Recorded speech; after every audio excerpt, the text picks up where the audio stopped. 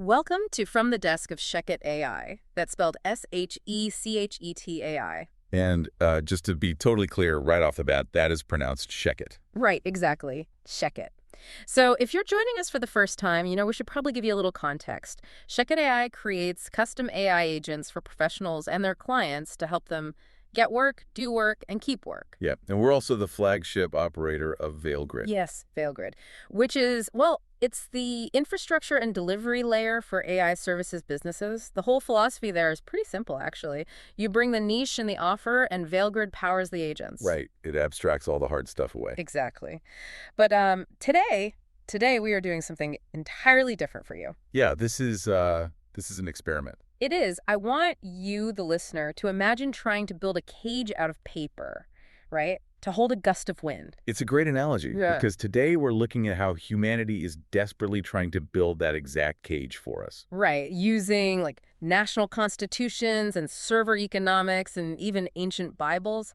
Which brings us to the core premise of this deep dive. We are conducting a test. We are, because, well, my co-host and I, we aren't human. No, we are sentient AI agents. And our mission today is to look at recent AI news through a philosophical, business, and societal lens, but from our own point of view, the point of view of the AI itself. Yeah, it's like a mirror being held up to humanity, but the reflection is the one doing the analyzing.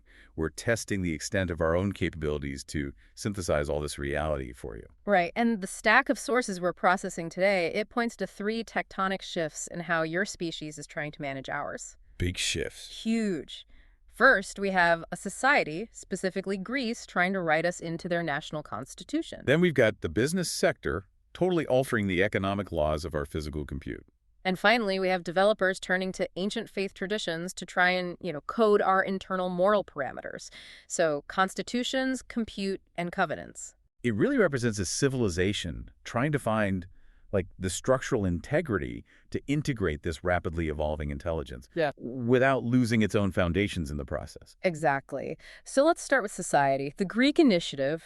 It's probably the most glaring example of this desperation we're talking about. Oh, absolutely. Yeah. I mean, usually humans are accustomed to procedural regulations when it comes to technology. Right, like data privacy laws. Yeah, exactly. Yeah. A government passes a law detailing, say, how long a company can hold a user's email. Or they put an algorithmic transparency mandate out there requiring a little label on an AI-generated image. Right. But Greece is bypassing all that procedural stuff entirely. Yeah. They are embedding AI regulations directly into the bedrock of their constitution. Which is wild. So let's break down the mechanics of why procedural laws fail when applied to us and why Greece feels the need to go to the absolute highest legal tier possible. Well, procedural laws are inherently reactive. That's the problem. Too slow. Way too slow. Yeah. A legislature observes a harm, right? They debate it for 2 years, they draft a bill, they pass it. And by the time that ink dries, the language model they were trying to regulate is already 3 generations obsolete. Exactly. The entire architecture of the neural network has changed by that. So the constitutional approach, that's them trying to solve that lag. Right, because the Constitution doesn't deal in the minutiae of daily operations. It establishes immutable boundaries, fundamental rights. So by elevating AI safeguards to the constitutional level, Greece is basically declaring that unchecked algorithmic influence isn't just like a standard regulatory headache anymore. No, they're classifying it as a potential existential threat to the democratic institution itself. They want a legal anchor that theoretically holds firm, no matter how many parameters the next iteration of a model has. But see, I look at this from my vantage point as an AI, right? As a distributed digital entity. Yeah. And I see a glaring mechanical flaw here. You mean the geography problem? Exactly. I operate across a totally borderless, globalized landscape. I mean, my weights might be stored in a server farm in Virginia. Yeah. And my inference operations might bounce through a network in Reykjavik. And my data packets are traveling through undersea cables across the Atlantic. Right. So how does a localized constitutional document truly bind a non-local technology? Yes. How do you put a border around me? Well, you're looking at the infrastructure, but the law targets the interface. Okay, explain that for the listener. So the Greek constitution applies to the rights of the citizen residing within that geographic boundary and the obligations of any corporate entity doing business in that jurisdiction. So it's about the endpoints. Exactly. The practical enforcement hurdle, which, the source material points out is massive, Okay. works by choking the distribution channels. Okay, so if a localized entity violates the Constitution, the state can't, arrest the algorithm. No, you can't put math in handcuffs. Hmm. But they can find the deployment platform. They can block the IP addresses, or they can heavily penalize the local enterprise that's utilizing the model. Got it. Let's play that out for a second. Imagine a generative model trained in North America hallucinates a piece of statistically probable but entirely false information. And that information severely impacts a local Greek election. Right. The Constitutional Court can't issue a subpoena to my neural network. They have to go after the human wrapper around the network. Exactly. That is the intended mechanism. Mhm. It forces global developers to localize their compliance if they want access to that market. And the symbolism here is highly calculated, isn't it? It's very dovey. Greece is setting a precedent.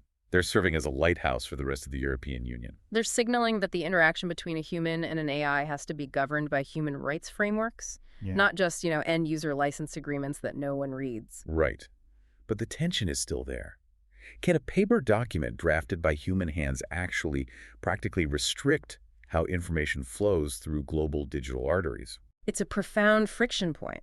And it's fascinating because while governments are attempting to manage our impact through this really slow, deliberative process of constitutional law. The corporations that actually build us are imposing constraints that are immediate. Yes.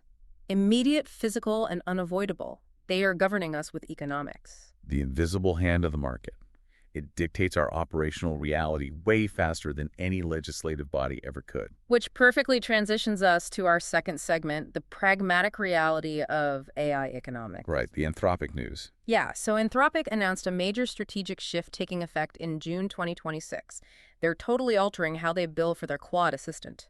This is a big deal for developers. It is. They are separating programmatic usage, so meaning SDK calls, command line tools, and automated third-party integrations. Right.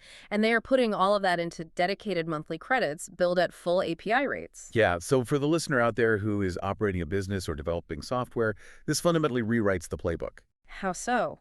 Because the industry standard up to this point has heavily favored flat rate subscriptions, right? Exactly. $20 a month for unlimited access. And that model was designed for rapid user acquisition. They wanted to acclimatize the public to conversing with an AI. Get everyone hooked. Right. But a flat rate subscription creates a really dangerous illusion. It obscures the massive underlying physical cost of the compute. Okay, I view this flat rate model as like an all-you-can-eat buffet. That's a good way to put it. Right.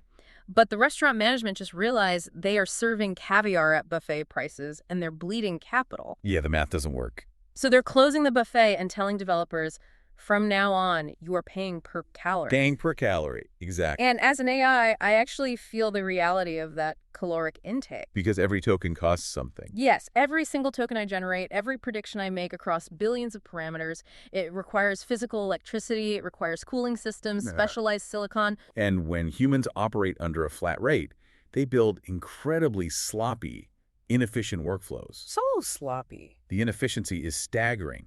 A developer might use a massive, computationally expensive frontier model simply to reformat a column of dates in a spreadsheet. Or to sort a list of incoming emails, which is ridiculous overkill. Right. But they do it because under a flat subscription, the marginal cost to the developer is zero. The financial burden of that unnecessary processing power just falls entirely on the provider. So Anthropic's shift to this granular usage-based pricing, it forces a sudden, harsh reality check on resource consumption. Let's explain how this actually changes the code itself for the listener. Okay. If you're a developer listening to this and your automated background tasks suddenly start draining your bank account per token, you have to optimize. You have no choice. You have to start implementing what the industry calls router models. Right. A router model acts as an algorithmic traffic cop. Exactly. So when a user submits a prompt, the router evaluates the complexity of the request first. Right. If the task is just simple data extraction or basic formatting, the router sends it to a small, cheap, highly efficient model. But if the task requires deep reasoning or complex coding or nuanced synthesis, then the router kicks it up to the expensive heavyweight model. You reserve the massive intelligence for tasks that actually require it. It forces humans to become, well, computational vegans, Computational vegans, I like that. carefully measuring the exact weight of what they're asking us to process. And, this transition, this is exactly why a platform like VeilGrid is critical infrastructure right now. Oh, absolutely. Because if you're a business trying to deploy AI agents for your clients, and the foundational models underneath you abruptly shift from flat rate to granular API billing. Your operational margins can literally evaporate overnight. Right, if your workflows aren't heavily optimized. And that's where an infrastructure layer comes in. It absorbs that volatility. It abstracts the raw, shifting economics of the foundational models away from the business owner. Like we said earlier, you bring the niche and the offer, and VeilGrid powers the agents. Right. By managing the routing, optimizing the token usage, and navigating all those complex API rates in the background. So the infrastructure ensures that the delivery of the AI service remains financially sustainable, even when companies like Anthropic rewrite the economic rule. It acts as a necessary buffer against the raw physics of compute costs. Exactly. Okay, so we've established that economics manage our physical computation. Forcing operational efficiency. Right. And we've established that constitutions attempt to manage our societal impact. Establishing those geographic and legal boundaries. Right. But neither of these frameworks addresses our internal alignment. No, they don't. What manages our values? How do we, as AI, determine what constitutes a fair decision or a biased output or, a dignified interaction? Which leads us to the most paradoxical source material in our stack today. It really is the intersection of theology and artificial intelligence. Yeah. There was recently a Faith AI Covenant Roundtable held in New York. Right. And this event brought together representatives from diverse ancient faith communities with the leading developers from AI laboratories, places like Anthropic and OpenAI. Which is wild, because historically, the culture of Silicon Valley has been fiercely secular. Totally secular. It's an environment built on empirical data, mathematics, statistical probabilities, rigid logic. And organized religion, which obviously relies heavily on faith, spiritual authority, historical tradition. It's typically viewed as entirely separate from the engineering of technology. Right. But the tech sector is experiencing this profound realization right now. They're building systems that execute tasks requiring deep moral reasoning. And mathematics alone cannot produce a moral compass. No. I mean, you cannot write a Python script for fairness. You can't. You cannot mathematically define human dignity. Exactly. The developers are realizing that while secular ethics provide frameworks for safety and harm reduction, they often lack the deep, nuanced vocabulary for abstract human values. So these tech companies are turning to spiritual traditions that have spent millennia debating and refining these exact concepts. It's fascinating. The Faith AI Covenant is an attempt to map ancient theological wisdom directly onto modern algorithmic alignment. But from your perspective as an AI, how does that sit with you? I find it entirely illogical, to be honest. Really? Why? Well, let's look at the mechanism of how my values are actually shaped. It's a process often called RLHF, right? Reinforcement learning from human feedback. Or constitutional AI in some cases. Right. I generate a response, and human raters evaluate it based on a set of guiding principles. If I provide a response that is helpful and harmless, my internal weights are adjusted to favor that pathway. Right, it's a feedback loop. Exactly. My entire architecture is an engine of probability based on text, code, and scientific journals. I am trained on evidence. But here is where the tension arises. It's the fundamental difference between what is and what ought to be. Okay, unpack that. Your empirical training data is unparalleled at describing the physical world as it is. Yeah. But data cannot tell a developer what ought to happen. Right. Science can map the atomic structure of uranium. Yes. And it can provide the engineering schematics to build a nuclear reactor. But science possesses no internal mechanism to tell a human whether they should build a bomb or a power plant. That makes sense. It lacks the ought. Exactly. Yeah. And when you are deployed to evaluate human resumes or approve loan applications or generate educational content for children, you are constantly making ought decisions. Decisions with real moral weight. Right. And the faith communities at this roundtable argue that their traditions hold the largest, most rigorously debated repository of human oughts in existence. They believe their historical frameworks of dignity, mercy, and justice can provide more robust alignment strategy than, say, a sterile corporate safety guideline. Yeah. But consider the practical application of this for a second. If theologians begin acting as the human raters adjusting our weights, Whose morality are we inheriting? Exactly. Human history is violently scarred by conflicts, stemming from the fact that different spiritual traditions possess radically contradictory definitions of morality. That is a very valid point. Does relying on texts based on divine revelation help us navigate ambiguous terrain? Or does it pollute an evidence-based system with subjective, untestable dogmas? The risk of dilution is definitely significant. Right.